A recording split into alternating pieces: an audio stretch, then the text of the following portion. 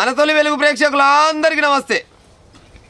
జరగి వీడియోని ప్రతి ఒక్క యువకుడు వినే ప్రయత్నం చేయరు. సమస్యల మీద ప్రభుత్వం మీద కొట్లాడి అలసిపోయిన వాళ్ళంతా వినే ప్రయత్నం చేయరు.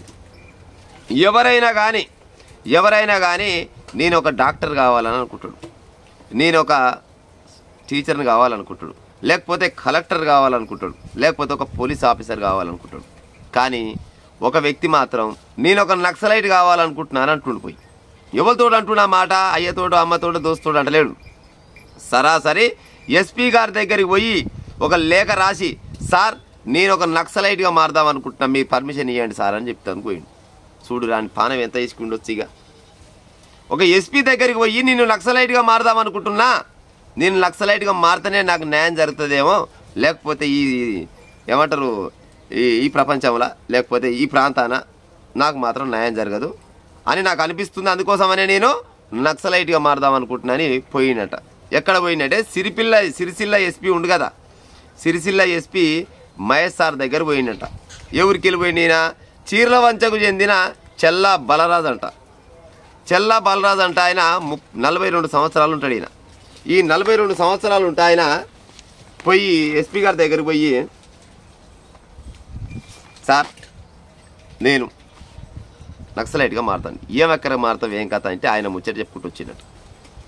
2007 నుంచి అంట, 2007 నుంచి తన సమస్యల పైన రెవెన్యూ ఆఫీస్ చుట్టూ తిరిగి చెప్పులు అరిగిపోయినాయి, తిప్పకాయ అయి కూర్చున్నట. ఇక నా వల్ల అయితే లేదురా ఆయన అని 2007 అంటే ఇవాళ ఎంత 2025. ఇన్ని సంవత్సరాల నుంచి తిరిగి అలసిపోయిండట. ఆయన పని మాత్రమే రెవెన్యూ ఆఫీస్ అంటే దగ్గర నాకు తెలిసి అయితే ఏదో భూమి పంచాయి ఉన్నట్టుంది. కానీ ఒకసారి కాకుంటే ఒకసారి కూడా ఏ ఒక్క ఆఫీసర్ స్పందించలేదంట.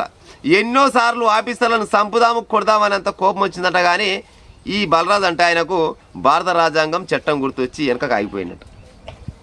నేను ఆయన మీద చెయ్యేస్తా, పెద్ద సమస్య కాదు, వాడిని కొడతా, పెద్ద సమస్య కాదు, కానీ రేపటి నాడు చట్టం నన్ను ఏం చేస్తుందో, ఈ భారత రాజ్యాంగాన్ని కట్టుబడి ఉండాలని నేను అనే ఒక ఉద్దేశంతో ఆగుతున్నట.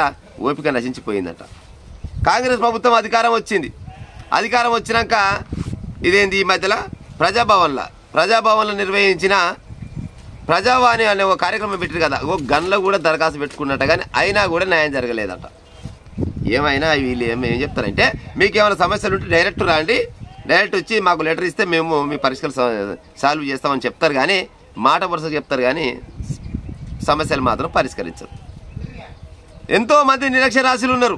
వాళ్ళందరికీ నేను చదువు చెప్పే ప్రయత్నం చేస్తాను. నక్సలైట్గా ఉండి, నక్సలైట్లలో ఉన్నాక ఏదో అది పెడతారు కదా, ప్రజా కోర్టులో ఏమో పెడతారు కదా, ఇంకో గసోటి నిర్వహించి నేను వాళ్ళందరికీ న్యాయం చేస్తా అని ఎస్పీ గారి దగ్గరకు పోయి. చూడరు ప్రజలారా, తన పానం ఎంత ఇసుకుండొచ్చు, ఈ సమాజం మీద ఈ ప్రభుత్వ అధికారుల మీద ఎంత రగిలిపోయి ఉండొచ్చు. ఆయన ఎంత రగిలిపోతే నక్సలైట్ పోతుంటాడు. వాస్తవానికి ఈ కాలాన నక్సలైట్లే ఆలేమంటారంటే మా వల్ల కాదురా ఆయన, టెక్నాలజీ పెరిగిపోయింది, మమ్మల్ని బతకరించే కాలం లేదు, కేంద్ర రాష్ట్ర ప్రభుత్వాలు మొత్తం మాయమడి తగిలినాయి, ఇక మేము బతికే కాలం లేదని వాళ్ళే వచ్చి జనజీవన స్రవంతిలో కలుద్దామని వాళ్ళు చూస్తుంటే, ఈయన మాత్రం ఈ సిరిసిల్ల ఈయన మాత్రం ఏం చేస్తున్నాయంటే, నేను మళ్ళా పోతా, అడుగులో పోయింటే పోతా, ఇక నేనైతే ఈ సమాజంలో బతక, నేను అక్కడ పోయి ఒక్కొక్కరి పని చెప్తా, ఎట్టేట పని కాదో నేను చూపిస్తా అని అధికారుల పైన కోపంతో ఒక లెటర్ తీసుకుపోయి ఆయన తల్లి తండ్రి ఇంటిల్లాదులు పోయి లెటర్ తీసుకుపోయి, సార్ నా చూడరు అంటే ఎమ్మడే చూసి ఎస్పీ గారు పర్సన్ అయ్యారట. ఇదేందయ్యా నీకేమైనా పిచ్చా గజ్జా నాకు అర్థం కాదు, కానీ ఈ కాలంలో నువ్వు నక్సలైట్ పోవడం అంటే మరి ఏం చేయ, బయట ఉండి ఏం చేయ చెప్పు, మొత్తం లంగా దొంగ రాజ్యం నడుస్తుంది. 2007 నుంచి ఇప్పటిదాకా లంగా దొంగ రాజ్యం నడుస్తుంది, కాబట్టి నా ప్రాబ్లం సాల్వ్ అయితే లేదు అని అన్నాడు.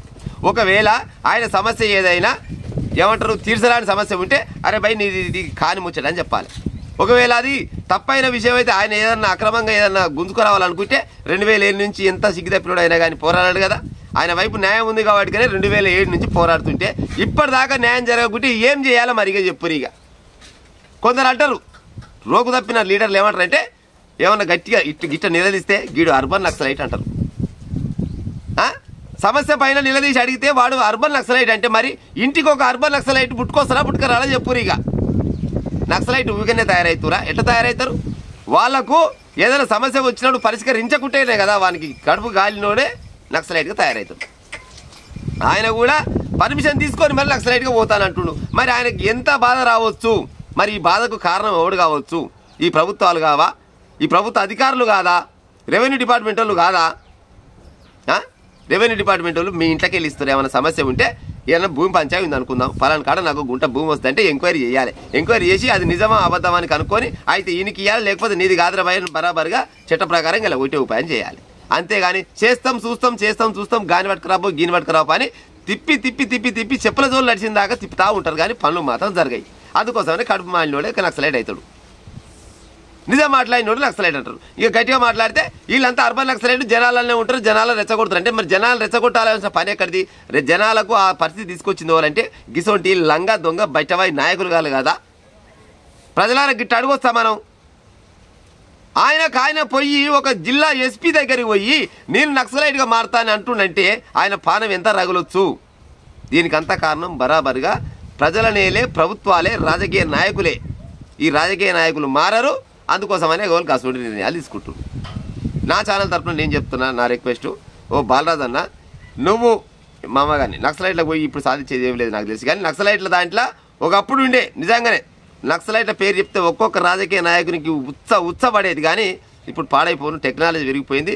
వాళ్ళు ఏ పొక్కలు దాచుకున్నా, పాతాల లోకంలో దాచుకున్నా కానీ పలానా కాడ కూర్చోరని తెలిసిపోతుంది. నువ్వు పోయి ఉత్తపుణ్యానికి పాలన తీసుకునే తప్పితే ఏం లేదు. కానీ నువ్వు జనాల మధ్యలోకి రా, జనాల మధ్యలోకి వచ్చి జనాల మధ్యలో నీ సమస్యను పరిష్కరించుకునే ఉపాయం చేయి. కానీ ఉత్తపుణ్యాన్ని నక్సలైట్లకు పోయి ఉత్తపుణ్యానికి ఆగమయ్యే ఉపాయం చేయకు. దయచేసి చెప్తున్నా, ప్రభుత్వం వాళ్ళు కానీ, ప్రభుత్వ అధికారులు కానీ, రాజకీయ నాయకులు కానీ జనాలకు ఇసుకించే ఉపాయం చేయకూరి. ఇసుకించే ఉపాయం చేసే ఒక గిసోడు పనులే అవుతాయి. ఉంటా మరి ఇక.